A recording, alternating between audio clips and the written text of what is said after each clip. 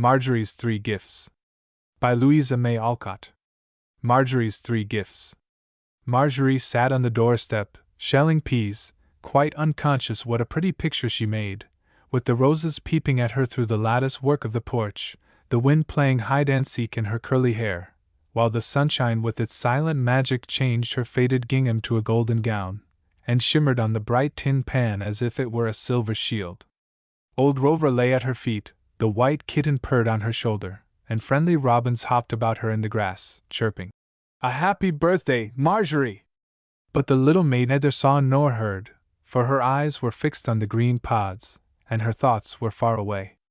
She was recalling the fairy tale Granny told her last night, and wishing with all her heart that such things happened nowadays. For in this story, as a poor girl like herself sat spinning before the door, a brownie came by, and gave the child a good luck penny. Then a fairy passed, and left a talisman which would keep her always happy, and last of all, the prince rolled up in his chariot, and took her away to reign with him over a lovely kingdom, as a reward for her many kindnesses to others. When Marjorie imagined this part of the story, it was impossible to help giving one little sigh, and for a minute she forgot her work, so busy was she thinking what beautiful presents she would give to all the poor children in her realm when they had birthdays. 5 impatient young peas took this opportunity to escape from the half-open pod in her hand and skipped down the steps, to be immediately gobbled up by an audacious robin, who gave thanks in such a shrill chirp that Marjorie woke up, laughed, and fell to work again. She was just finishing, when a voice called out from the lane, "Hi there! Come here a minute, child!" And looking up, she saw a little old man in a queer little carriage drawn by a fat little pony. Running down to the gate, Marjorie dropped a curtsy, saying pleasantly, "What did you wish, sir?" "Just undo that check rein for me. I am lame, and Jack wants to drink at your brook," answered the old man, nodding at her till his spectacles danced on his nose. Marjorie was rather afraid of the fat pony, who tossed his head, whisked his tail, and stamped his feet as if he was of a peppery temper. But she liked to be useful, and just then felt as if there were few things she could not do if she tried, because it was her birthday. So she proudly let down the rein, and when Jack went splashing into the brook, she stood on the bridge, waiting to check him up again after he had drunk his fill of the clear, cool water. The old gentleman sat in his place, looking up at the little girl, who was smiling to herself as she watched the blue dragonflies dance among the ferns, a blackbird tilt on the alder boughs, and listened to the babble of the brook. "How old are you, child?" asked the old man, as if he rather envied this rosy creature her youth and health. 12 today, sir." And Marjorie stood up straight and tall, as if mindful of her years. "Had any presents?" asked the old man, peering up with an odd smile. "One, sir, here it is."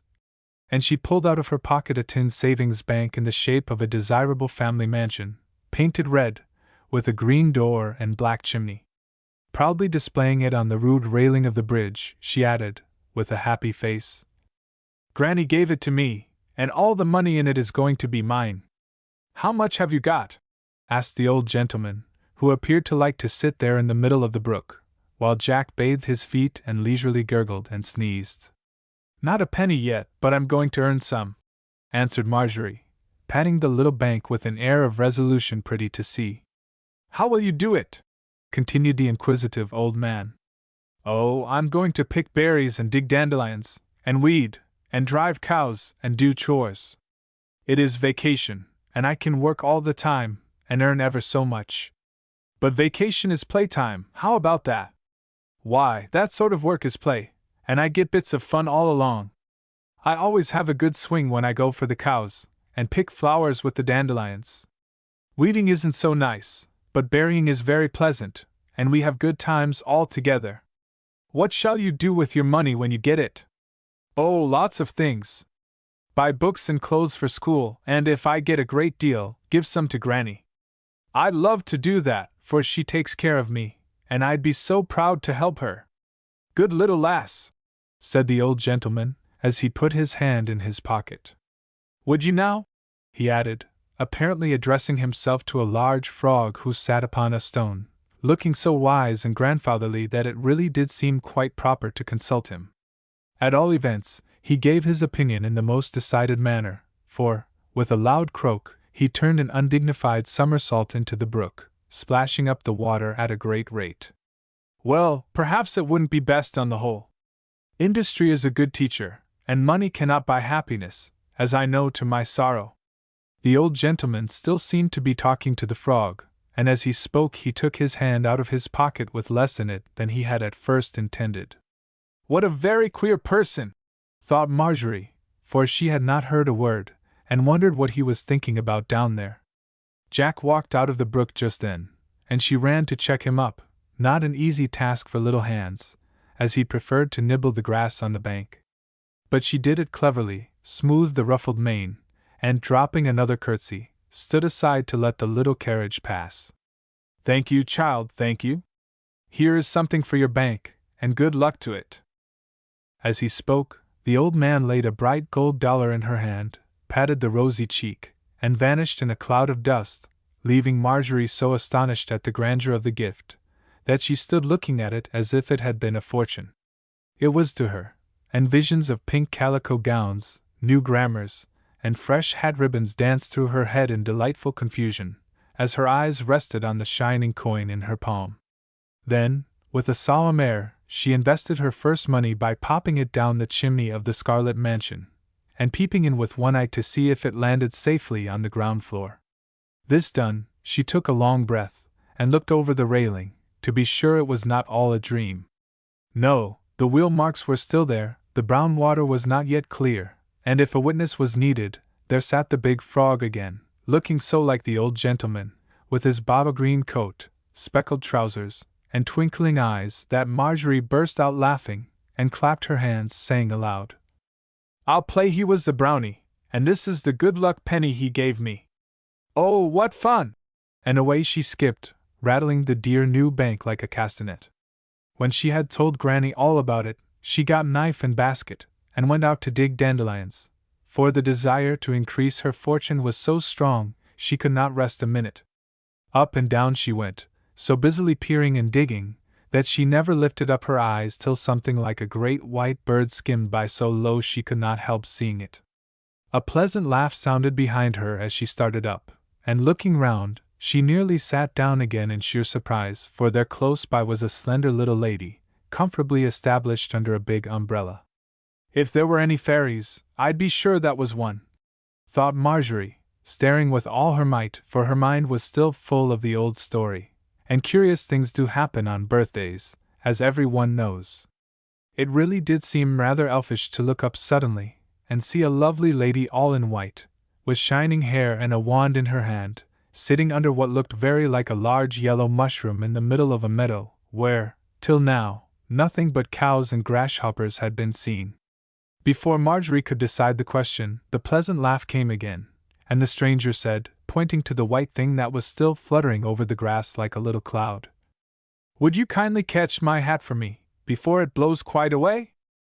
Down went basket and knife, and away ran Marjorie, entirely satisfied now that there was no magic about the newcomer, for if she had been an elf, couldn't she have got her hat without any help from a mortal child? Presently, however, it did begin to seem as if that hat was bewitched, for it led the nimble-footed Marjorie such a chase that the cows stopped feeding to look on in placid wonder, the grasshoppers vainly tried to keep up, and every ox-eyed daisy did its best to catch the runaway, but failed entirely, for the wind liked a game of romps, and had it that day. As she ran, Marjorie heard the lady singing, like the princess in the story of the Goose Girl. This made her laugh so that she tumbled into a clover bed, and lay there a minute to get her breath. Just then, as if the playful wind repented of its frolic, the long veil fastened to the hat caught in a blackberry vine near by, and held the truant fast till Marjorie secured it. Now come and see what I am doing, said the lady, when she had thanked the child. Marjorie drew near confidingly, and looked down at the wide-spread book before her. She gave a start, and laughed out with surprise and delight, for there was a lovely picture of her own little home, and her own little self on the doorstep, all so delicate, and beautiful, and true, it seemed as if done by magic. Oh, how pretty! There is Rover, and Kitty and the robins, and me! How could you ever do it, ma'am? Said Marjorie, with a wondering glance at the long paintbrush, which had wrought what seemed a miracle to her childish eyes. "I'll show you presently, but tell me first if it looks quite right and natural to you." "Children sometimes spy out faults that no one else can see," answered the lady, evidently pleased with the artless praise her work received. "It looks just like our house, only more beautiful. Perhaps that is because I know how shabby it really is. That moss looks lovely on the shingles, but the roof leaks. The porch is broken, only the roses hide the place, and my gown is all faded, though it once was as bright as you have made it. I wish the house and everything would stay pretty forever, as they will in the picture." While Marjorie spoke, the lady had been adding more color to the sketch, and when she looked up, something warmer and brighter than sunshine shone in her face, as she said, so cheerily it was like a bird's song to hear her, "It can't be summer always, dear, but we can make fair weather for ourselves if we try. The moss, the roses, and soft shadows show the little house and the little girl at their best, and that is what we all should do, for it is amazing how lovely common things become, if one only knows how to look at them." "I wish I did," said Marjorie, half to herself, remembering how often she was discontented, and how hard it was to get on, sometimes. "So do I," said the lady in her happy voice. "Just believe that there is a sunny side to everything, and try to find it, and you will be surprised to see how bright the world will seem, and how cheerful you will be able to keep your little self. I guess Granny has found that out, for she never frets." "I do, but I'm going to stop it, because I'm 12 today, and that is too old for such things," said Marjorie, recollecting the good resolutions she had made that morning when she woke. "I am twice 12, and not entirely cured yet, but I try, and don't mean to wear blue spectacles if I can help it," answered the lady, laughing so blithely that Marjorie was sure she would not have to try much longer. "Birthdays were made for presents, and I should like to give you one. Would it please you to have this little picture?" she added, lifting it out of the book. "Truly my own?" "Oh, yes, indeed," cried Marjorie, coloring with pleasure, for she had never owned so beautiful a thing before. "Then you shall have it, dear. Hang it where you can see it often, and when you look, remember that it is the sunny side of home, and help to keep it so." Marjorie had nothing but a kiss to offer by way of thanks, as the lovely sketch was put into her hand, but the giver seemed quite satisfied, for it was a very grateful little kiss. Then the child took up her basket and went away, not dancing and singing now, but slowly and silently, for this gift made her thoughtful as well as glad. As she climbed the wall, she looked back to nod goodbye to the pretty lady, but the meadow was empty, and all she saw was the grass blowing in the wind. "Now, dearie, run out and play, for birthdays come but once a year, and we must make them as merry as we can," said Granny, as she settled herself for her afternoon nap, when the Saturday cleaning was all done, and the little house as neat as wax. So Marjorie put on a white apron in honor of the occasion, and taking Kitty in her arms, went out to enjoy herself. 3 swings on the gate seemed to be a good way of beginning the festivities, but she only got 2, for when the gate creaked back the second time, it stayed shut, and Marjorie hung over the pickets, arrested by the sound of music. "It's soldiers," she said, as the fife and drum drew nearer, and flags were seen waving over the barberry bushes at the corner. "No, it's a picnic," she added in a moment, for she saw hats with wreaths about them bobbing up and down, as a gaily trimmed haycart full of children came rumbling down the lane. "What a nice time they are going to have!" thought Marjorie, sadly contrasting that merrymaking with the quiet party she was having all by herself.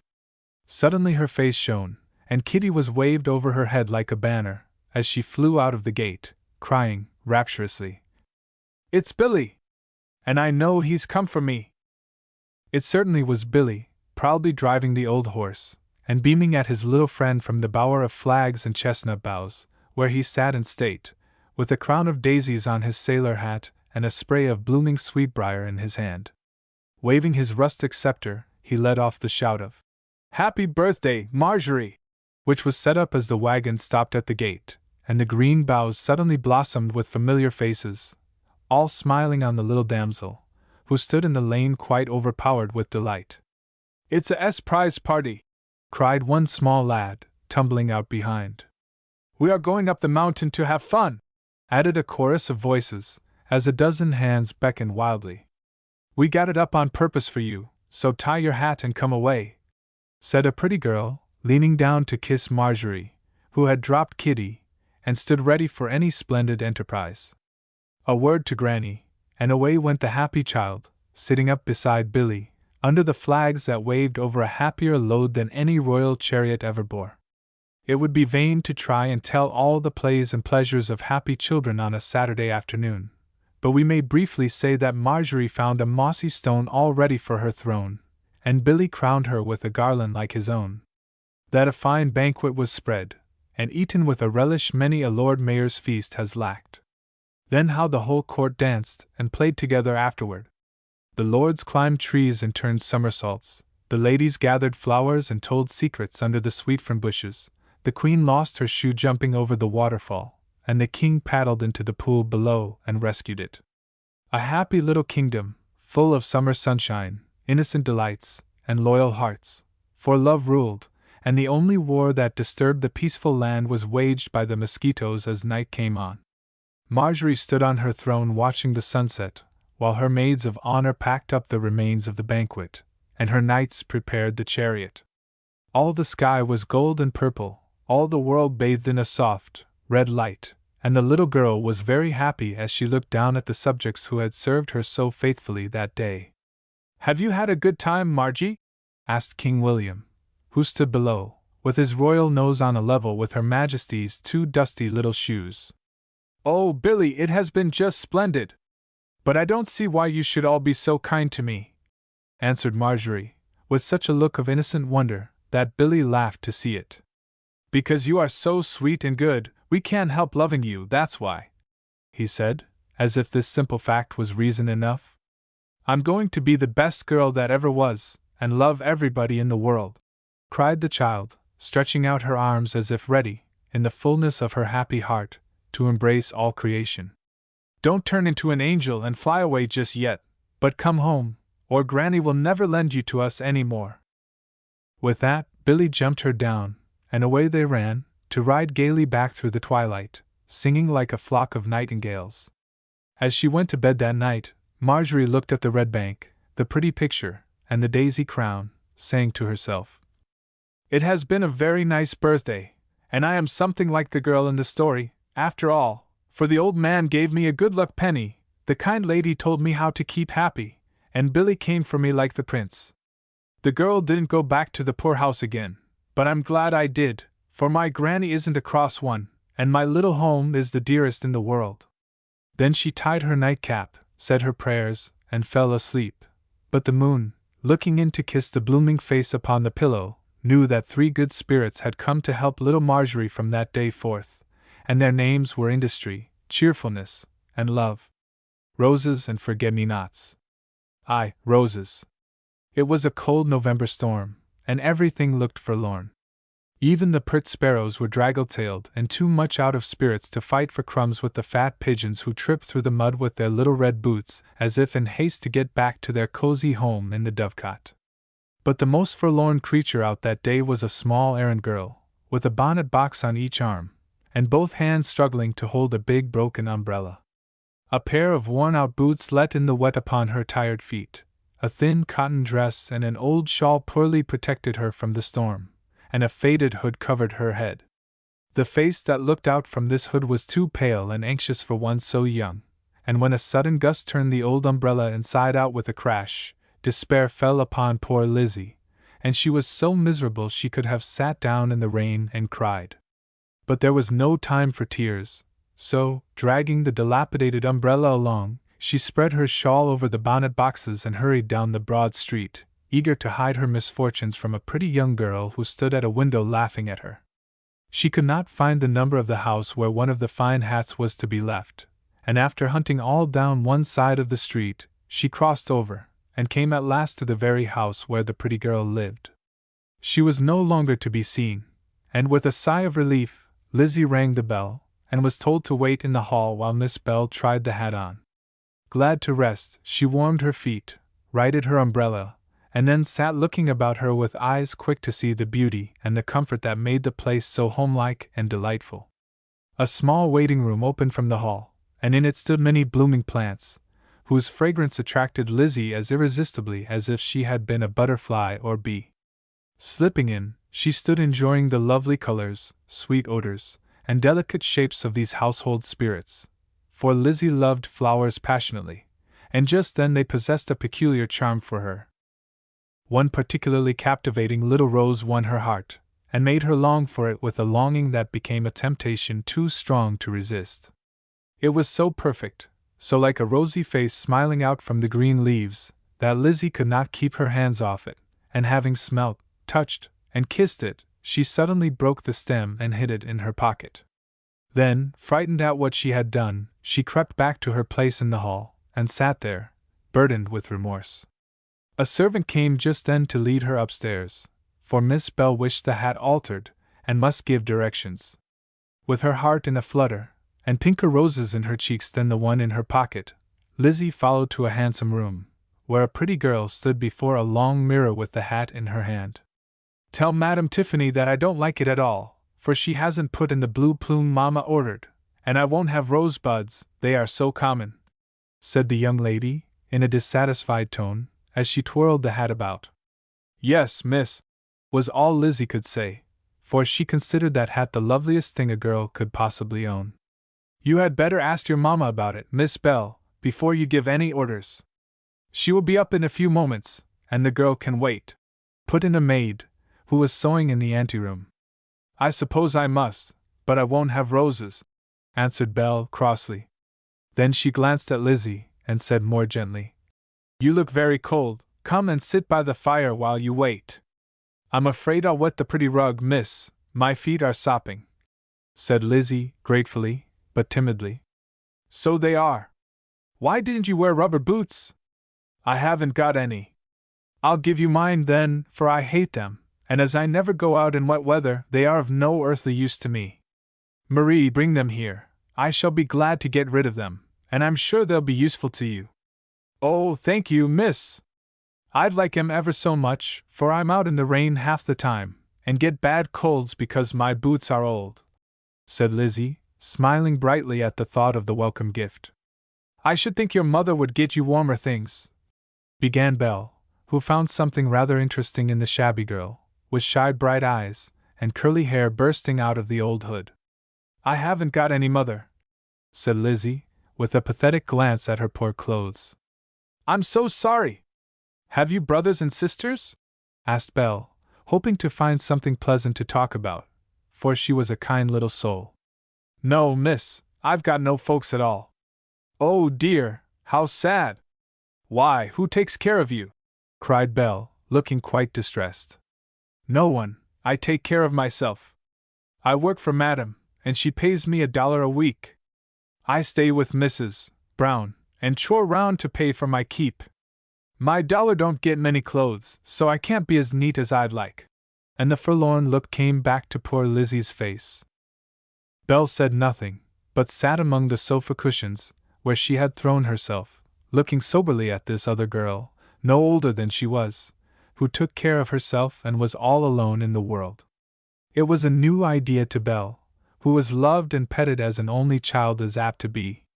She often saw beggars and pitied them, but knew very little about their wants and lives, so it was like turning a new page in her happy life to be brought so near to poverty as this chance meeting with the milliner's girl. "Aren't you afraid and lonely and unhappy?" she said slowly, trying to understand and put herself in Lizzie's place. "Yes, but it's no use. I can't help it, and maybe things will get better by and by, and I'll have my wish," answered Lizzie, more hopefully, because Belle's pity warmed her heart and made her troubles seem lighter. "What is your wish?"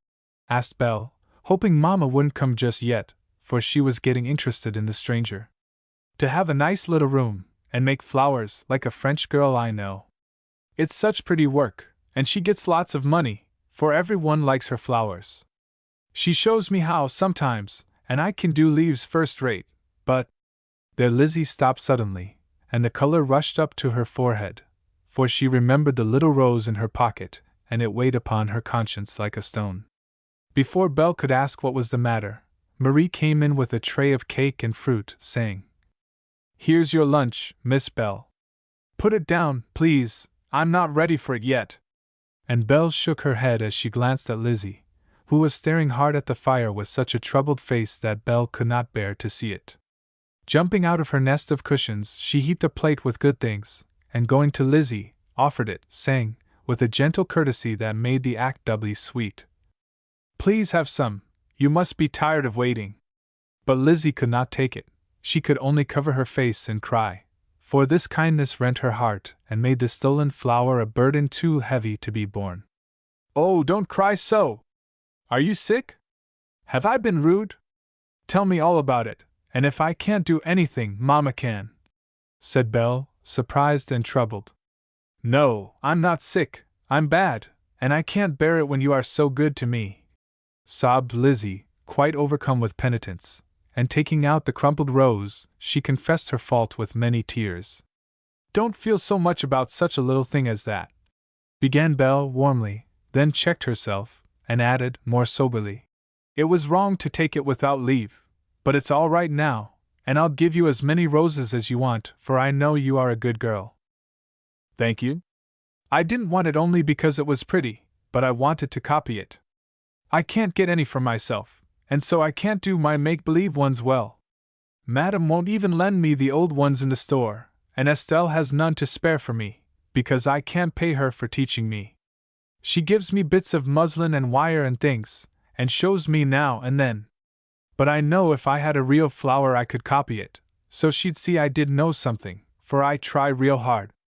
I'm so tired of slopping round the streets, I'd do anything to earn my living some other way." Lizzie had poured out her trouble rapidly, and the little story was quite affecting when one saw the tears on her cheeks, the poor clothes, and the thin hands that held the stolen rose. Belle was much touched, and in her impetuous way, set about mending matters as fast as possible. "Put on those boots and that pair of dry stockings right away. Then tuck as much cake and fruit into your pocket as it will hold. I'm going to get you some flowers, and see if Mama is too busy to attend to me." With a nod and a smile, Belle flew about the room a minute, then vanished, leaving Lizzie to her comfortable task, feeling as if fairies still haunted the world as in the good old times. When Belle came back with a handful of roses, she found Lizzie absorbed in admiring contemplation of her new boots, as she ate sponge cake in a blissful sort of waking dream. "Mama can't come, but I don't care about the hat. It will do very well, and isn't worth fussing about. There, will those be of any use to you?" And she offered the nosegay with a much happier face than the one Lizzie first saw. "Oh, miss, they're just lovely! I'll copy that pink rose as soon as ever I can, and when I've learned how to do 'em tip-top, I'd like to bring you some, if you don't mind," answered Lizzie, smiling all over her face as she buried her nose luxuriously in the fragrant mass. "I'd like it very much, for I should think you'd have to be very clever to make such pretty things. I really quite fancy those rosebuds in my hat, now I know that you're going to learn how to make them. Put an orange in your pocket, and the flowers in water as soon as you can, so they'll be fresh when you want them. Goodbye. Bring home our hats every time and tell me how you get on." With kind words like these, Belle dismissed Lizzie, who ran downstairs, feeling as rich as if she had found a fortune. Away to the next place she hurried, anxious to get her errands done and the precious posies safely into fresh water. But Mrs. Turdvile was not at home, and the bonnet could not be left till paid for. So Lizzie turned to go down the high steps, glad that she need not wait. She stopped one instant to take a delicious sniff at her flowers, and that was the last happy moment that poor Lizzie knew for many weary months. The new boots were large for her, the steps slippery with sleet, and down went the little errand girl, from top to bottom, till she landed in the gutter directly upon Mrs. Turdville's costly bonnet. "I've saved my posies anyway," sighed Lizzie as she picked herself up, bruised, wet, and faint with pain. "But oh, my heart! Won't Madame scold when she sees that bandbox smashed flat?" groaned the poor child, sitting on the curbstone to get her breath and view the disaster. The rain poured, the wind blew, the sparrows on the park railing chirped derisively, and no one came along to help Lizzie out of her troubles.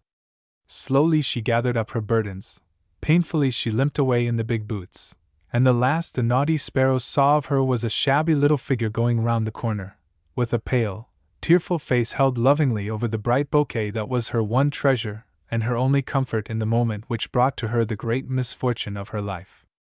2. Forget-me-nots. Oh, Mamma, I am so relieved that the box has come at last. If it had not, I do believe I should have died of disappointment, cried pretty Belle, 5 years later, on the morning before her 18th birthday.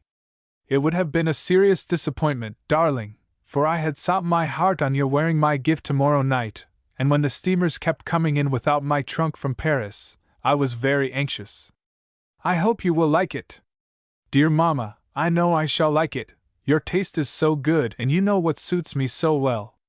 Make haste, Marie, I'm dying to see it, said Belle, dancing about the great trunk, as the maid carefully unfolded tissue papers and muslin wrappers. A young girl's first ball dress is a grand affair, in her eyes, at least, and Belle soon stopped dancing, to stand with clasped hands, eager eyes and parted lips before the snowy pile of illusion that was at last daintily lifted out upon the bed. Then, as Marie displayed its loveliness, little cries of delight were heard, and when the whole delicate dress was arranged to the best effect she threw herself upon her mother's neck and actually cried with pleasure. Mamma, it is too lovely, and you are very kind to do so much for me. How shall I ever thank you? By putting it right on to see if it fits, and when you wear it look your happiest, that I may be proud of my pretty daughter. Mamma got no further, for Marie uttered a French shriek, wrung her hands, and then began to burrow wildly in the trunk and among the papers, crying distractedly, Great heavens, madam! The wreath has been forgotten! What an affliction! Mademoiselle's enchanting toilette is destroyed without the wreath, and nowhere do I find it. In vain they searched, in vain Marie wailed, and Belle declared it must be somewhere. No wreath appeared. It was duly set down in the bill, and a fine sum charged for a headdress to match the dainty forget-me-nots that looped the fleecy skirts and ornamented the bosom of the dress. It had evidently been forgotten, and Mamma dispatched Marie at once to try and match the flowers, for Belle would not hear of any other decoration for her beautiful blonde hair. The dress fitted to a charm, and was pronounced by all beholders the loveliest thing ever seen. Nothing was wanted but the wreath to make it quite perfect, and when Marie returned, after a long search, with no forget-me-nots, Belle was in despair. Wear natural ones, suggested a sympathizing friend. But another hunt among greenhouses was as fruitless as that among the milliners' rooms. No forget-me-nots could be found, and Marie fell exhausted into a chair, desolated at what she felt to be an awful calamity. Let me have the carriage, and I'll ransack the city till I find some, cried Belle, growing more resolute with each failure. Mamma was deep in preparations for the ball, and could not help her afflicted daughter, though she was much disappointed at the mishap. So Belle drove off, resolved to have her flowers whether there were any or not. Any one who has ever tried to match a ribbon, find a certain fabric, or get anything done in a hurry, knows what a wearisome task it sometimes is, and can imagine Belle's state of mind after repeated disappointments. She was about to give up in despair, when someone suggested that perhaps the Frenchwoman, Estelle Valnor, might make the desired wreath, if there was time. Away drove Belle, and on entering the room, gave a sigh of satisfaction, for a whole box full of the loveliest forget-me-nots stood upon the table. As fast as possible, she told her tale and demanded the flowers, no matter what the price might be. Imagine her feelings when the Frenchwoman, with a shrug, announced that it was impossible to give Mademoiselle a single spray. All were engaged to trim a bridesmaid's dress, and must be sent away at once. It really was too bad. And Belle lost her temper entirely, for no persuasion or bribes would win a spray from Estelle. The provoking part of it was that the wedding would not come off for several days, and there was time enough to make more flowers for that dress, since Belle only wanted a few for her hair. Neither would Estelle make her any, as her hands were full, and so small an order was not worth deranging oneself for. But observing Belle's sorrowful face, she said affably, Mademoiselle may, perhaps, find the flowers she desires at Miss Burton's. She has been helping me with these garlands, and may have some left. Here is her address. Belle took the card with thanks, and hurried away with a last hope faintly stirring in her girlish heart, for Belle had an unusually ardent wish to look her best at this party, since somebody was to be there, and somebody considered forget-me-nots the sweetest flowers in the world. Mamma knew this, and the kiss Belle gave her when the dress came had a more tender meaning than gratified vanity or daughterly love. Up many stairs she climbed, and came at last to a little room, very poor but very neat, where, at the one window, sat a young girl, with crutches by her side and her lap full of flower leaves and petals. She rose slowly as Belle came in, and then stood looking at her, with such a wistful expression in her shy, bright eyes, that Belle's anxious face cleared involuntarily, and her voice lost its impatient tone. As she spoke, she glanced about the room, hoping to see some blue blossoms awaiting her. But none appeared, and she was about to despond again, when the girl said gently, "I have none by me now, but I may be able to find you some. Thank you very much, but I have been everywhere in vain. Still, if you do get any, please send them to me as soon as possible. Here is my card." Miss Burton glanced at it, then cast a quick look at the sweet, anxious face before her, and smiled so brightly that Belle smiled also, and asked, wonderingly, "What is it? What do you see?" "I see the dear young lady who was so kind to me long ago.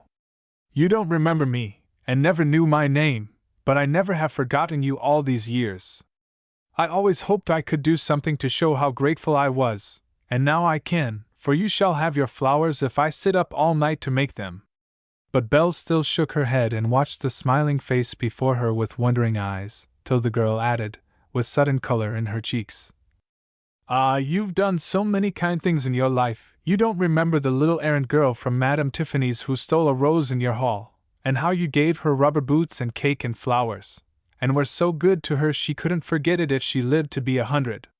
But you are so changed," began Belle, who did faintly recollect that little incident in her happy life.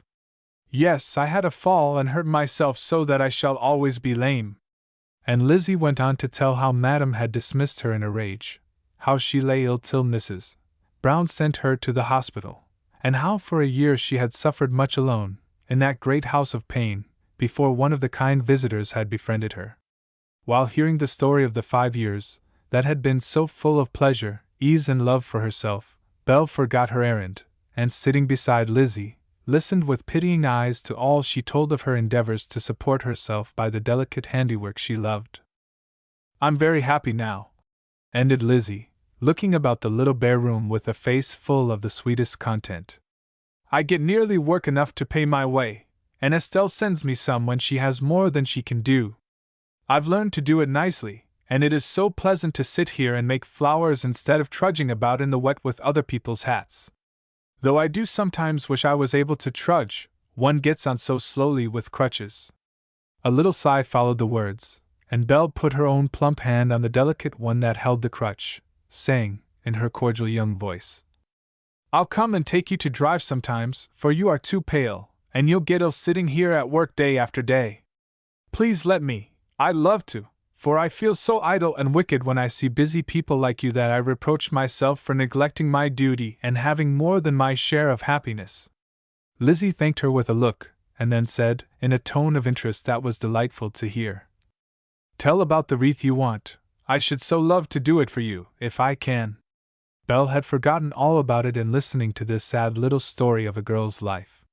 Now she felt half ashamed to talk of so frivolous a matter till she remembered that it would help Lizzie, and resolving to pay for it as never garland was paid for before, she entered upon the subject with renewed interest.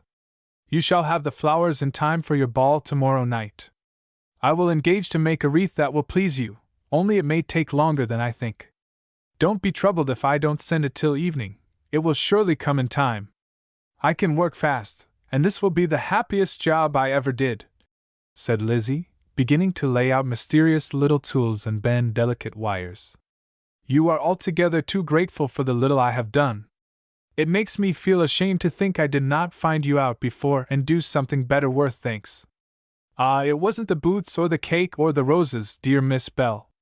It was the kind looks, the gentle words, the way it was done, that went right to my heart, and did me more good than 1,000,000 of money. I never stole a pin after that day, for the little rose wouldn't let me forget how you forgave me so sweetly.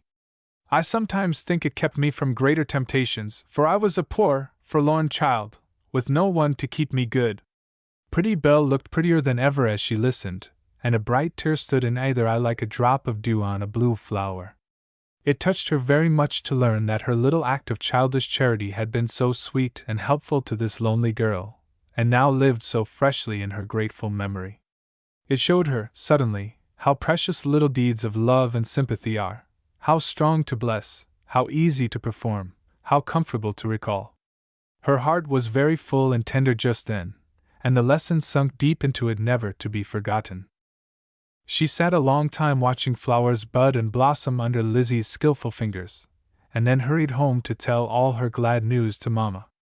If the next day had not been full of most delightfully exciting events, Belle might have felt some anxiety about her wreath, for hour after hour went by and nothing arrived from Lizzie. Evening came, and all was ready. Belle was dressed, and looked so lovely that Mamma declared she needed nothing more. But Marie insisted that the grand effect would be ruined without the garland among the sunshiny hair. Belle had time now to be anxious, and waited with growing impatience for the finishing touch to her charming toilette. I must be downstairs to receive, and can't wait another moment, so put in the blue pompon and let me go, she said at last, with a sigh of disappointment, for the desire to look beautiful that night in somebody's eyes had increased fourfold. With a tragic gesture, Marie was about to adjust the pompon when the quick tap of a crutch came down the hall, and Lizzie hurried in, flushed and breathless, but smiling happily as she uncovered the box she carried with a look of proud satisfaction. A general "ah" of admiration arose as Belle, Mamma, and Marie surveyed the lovely wreath that lay before them, and when it was carefully arranged on the bright head that was to wear it, Belle blushed with pleasure. Mamma said, "It is more beautiful than any Paris could have sent us." And Marie clasped her hands theatrically, sighing, with her head on one side. "Truly, yes, Mademoiselle is now adorable. I am so glad you like it. I did my very best and worked all night, but I had to beg one spray from Estelle, or, with all my haste, I could not have finished in time," said Lizzie, refreshing her weary eyes with a long, affectionate gaze at the pretty figure before her. A fold of the airy skirt was caught on one of the blue clusters, and Lizzie knelt down to arrange it as she spoke. Belle leaned toward her and said softly, "Money alone can't pay you for this kindness, so tell me how I can best serve you. This is the happiest night of my life, and I want to make every one feel glad also."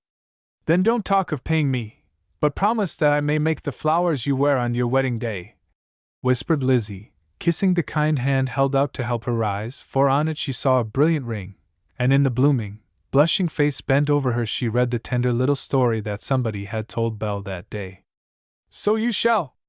And I'll keep this wreath all my life for your sake, dear," answered Belle, as her full heart bubbled over with pitying affection for the poor girl who would never make a bridal garland for herself.